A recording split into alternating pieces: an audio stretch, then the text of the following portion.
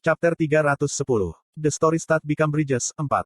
Araha membenci pakaian hitam. Dia juga membenci orang-orang yang sombong dan bahkan lebih sering diabaikan. Dia memiliki kompleks inferioritas karena dia bukan orang pertama yang menjadi raja.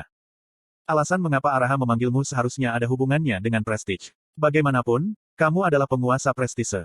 Aku tidak tahu apa yang Araha pikirkan tentang ramalan itu. Aku menganggap itu adalah campuran dari minat dan ketidaksenangan. Petik 2. Setelah menerima saran Tomer, kami pergi ke istana kerajaan, yang beberapa kali lebih besar dan lebih megah daripada terakhir kali aku melihatnya. Petik 2. Ngomong-ngomong, Jin Sahyuk, apakah aku membunuhmu sekali atau dua kali? Sebelum masuk, aku bertanya pada Jin Sahyuk. Kebanggaannya tampaknya telah terluka ketika dia mengerutkan kening tanpa jawaban.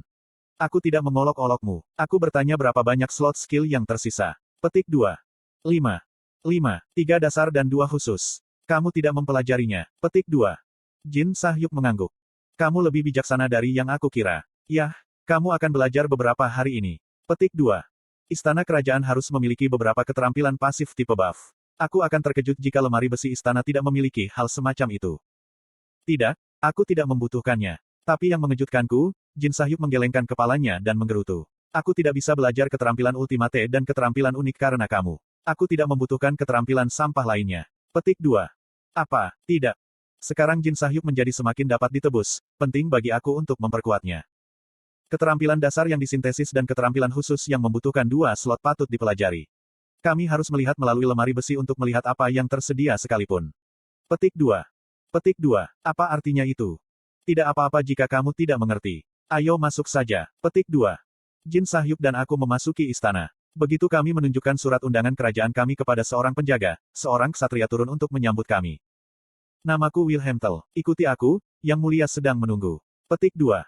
Wilhelm Tell. Dia tidak begitu terkenal di bumi modern, tetapi ceritanya tetap sebagai legenda kecil. Kami mengikuti Wilhelm melewati taman besar. Ksatria yang tak terhitung jumlahnya berbaris di sepanjang lorong yang kami lewati. Aku tidak yakin apakah mereka ada di sana untuk menyambut kami atau mengancam kami. Masuk. Akhirnya, kami tiba di depan sebuah pintu yang didekorasi dengan baik. Iya nih. Aku memutar gagang pintu dan perlahan-lahan mendorong pintu. Pintu terbuka dengan mulus, dan aku bisa melihat Araha duduk di ujung meja panjang, persegi panjang. Begitu pintu terbuka penuh, Araha tersenyum. Berdiri di sebelahnya adalah Lancelot dan Lubu. Selamat datang, Master of Prestige dan mantan Komandan Knight Shin Jahyuk, kata Araha. Petik 2. Kami dengan rendah hati hadir di audiens kamu.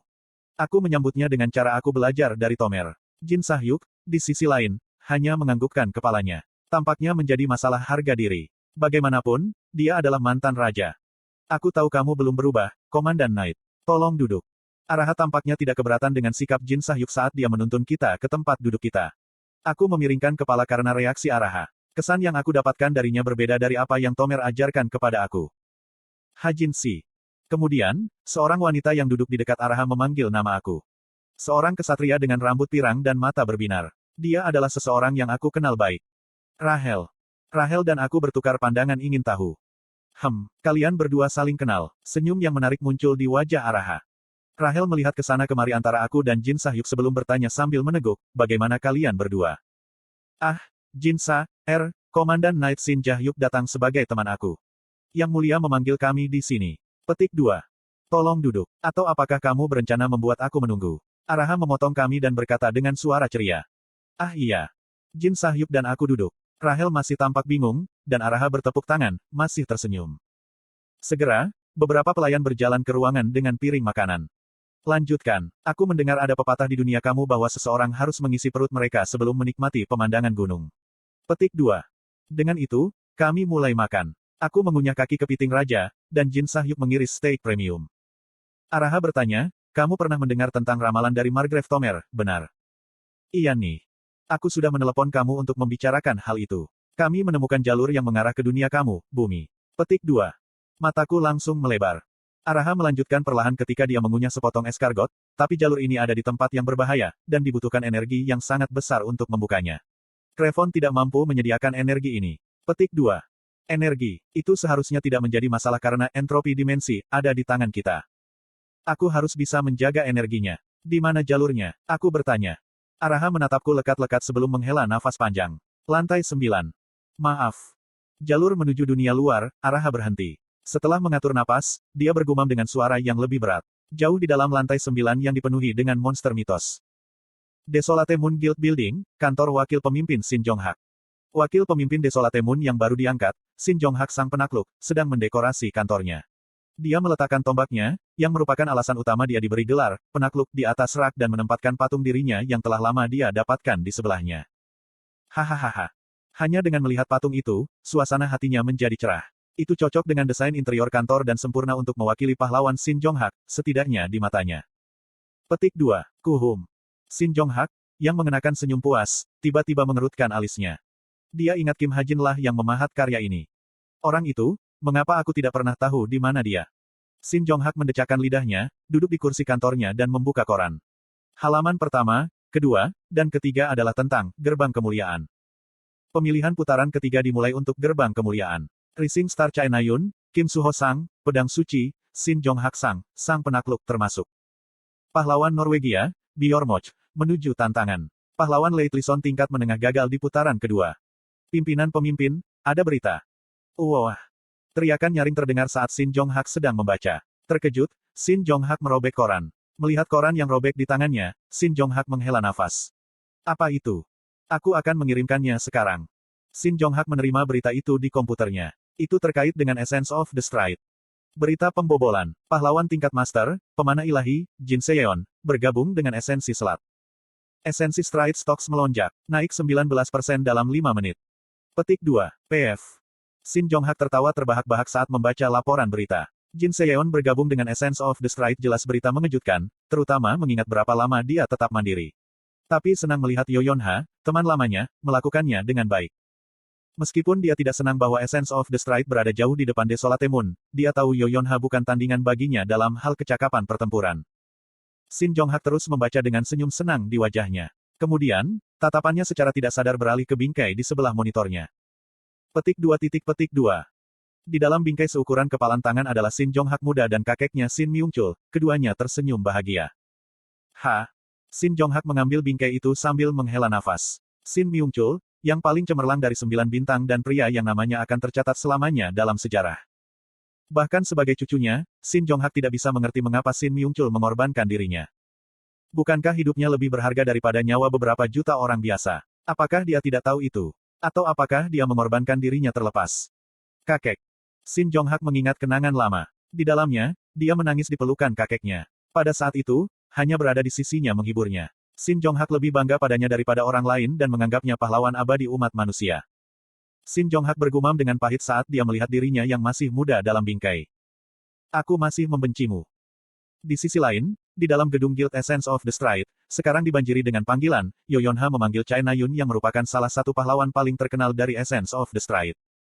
Chae Na-yun berteriak begitu dia memasuki kantor Yoyonha, apakah itu benar? Jin Seyeon Hironim bergabung dengan guild kita. Petik 2. Suaranya bergema nyaring. Yoyonha tersenyum dan mengangguk. Wow! Rahang Chae Na-yun terjatuh. Itu adalah reaksi yang dapat dimengerti karena sebagian besar pahlawan tingkat master yang bukan pemimpin guild sendiri jarang tinggal di guild. Jin Seyeon bergabung dengan Essence of the Stride benar-benar berita yang layak untuk semua keramaian. Tapi bukan itu yang mengejutkan. Bagaimanapun, Na-yun. Yoyonha tersenyum ringan dan mengeluarkan balmung yang diberikan Kim Ha-jin padanya. Chae Na-yun memiringkan kepalanya. Ambil. Apa ini? Sebuah tongkat baseball. Petik 2. Reaksinya diharapkan. Balmung saat ini tampak seperti tongkat panjang lebih dari apapun. Artefak ini sangat cocok untukmu. Ini, apa? Apa itu klub batu Beowulf yang digunakan? Petik 2. Tidak, coba pegang saja. Petik 2. Yoyonha ingin mengejutkan Chae Na-yun. Jadi dia memberikan balmung padanya tanpa penjelasan, dan Chae Na-yun memegangnya dengan penuh minat. Dan pada saat itu, suara mendesing. Yoyonha membentuk cambuk kecil dengan kekuatan sihirnya dan membuat luka kecil di lengan Chae Na-yun. Aduh! Darah mengalir dari luka, dan Chae Na-yun menoleh ke Yoyonha. Tek, darah meresap ke pedang batu. Untuk apa itu? Chae Na-yun menatap Yoyonha dengan marah. Hanya melihat. Aku berdarah, ya ampun. Kanan. Yoyonha mengangkat bahu. 500 ml darah diperlukan untuk membangunkan balmung, jadi dia tidak punya pilihan selain membuat luka sedikit dalam. Kanan. Lihatlah lenganku. Sangat berdarah. Petik 2. Lihatlah apa yang ada di tanganmu. Mendengar ini, Chae Na-yun melihat ke bawah, mendidih. Petik 2 tanda seru petik 2. Tubuh Chae Na-yun bergetar. Benjolan batu di tangannya mengisap darahnya. Hei, ada apa? Dia tidak punya waktu untuk bertanya. Begitu Balmung menyerap cukup darah, ia memancarkan cahaya terang. Yoyonha dan Chae Nayun secara naluriah mengenakan pakaian Qi. Koa, cahaya yang meletus segera merembes kembali ke dalam batu. Petik 2. Keheningan turun di kamar. Chae Nayun mengeluarkan suara pendek. Gumpalan batu di tangannya telah berubah menjadi pedang.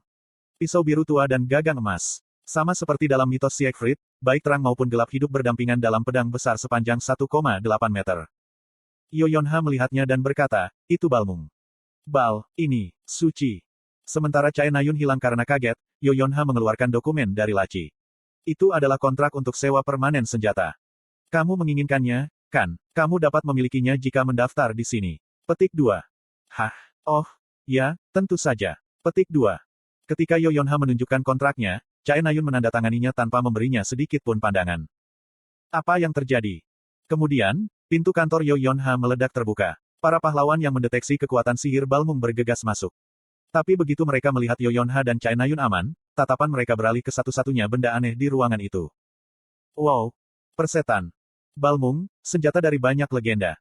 Yoyonha tersenyum pada pahlawan yang kebingungan dan memberi mereka penjelasan, ini Balmung.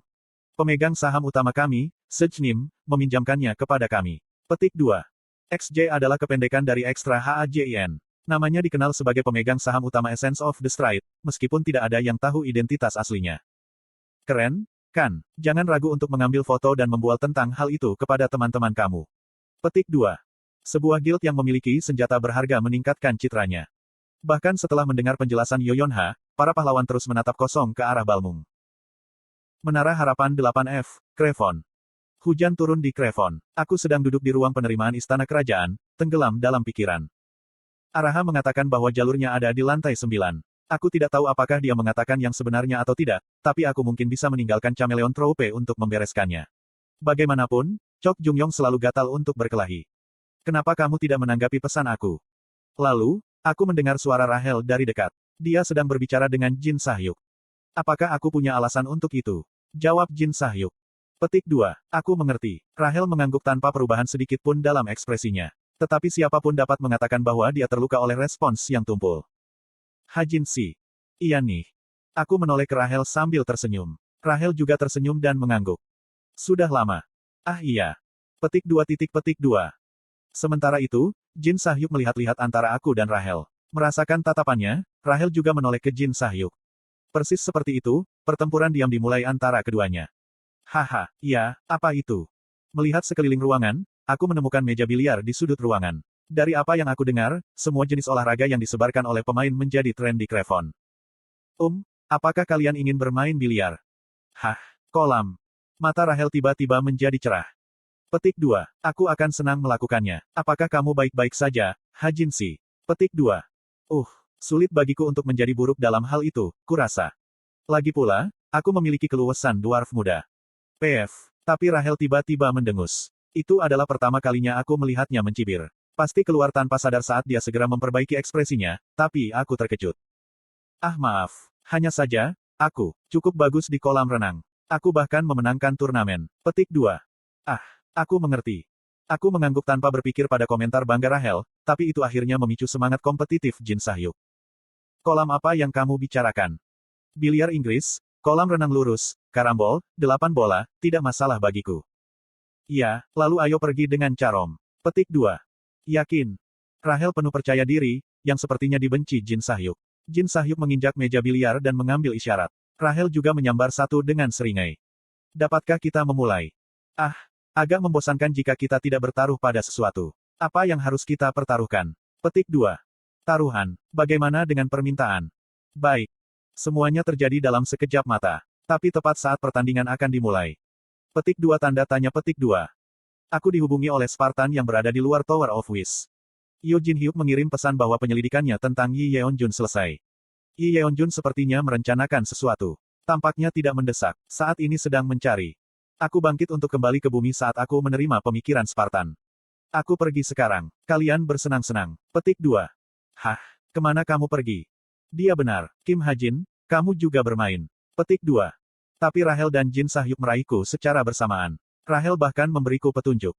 Jangan lari. Kamu juga bermain untuk keinginan. Petik 2. Aku juga. Tentu saja. Rahel dan Jin Sahyuk siap untuk pergi keluar.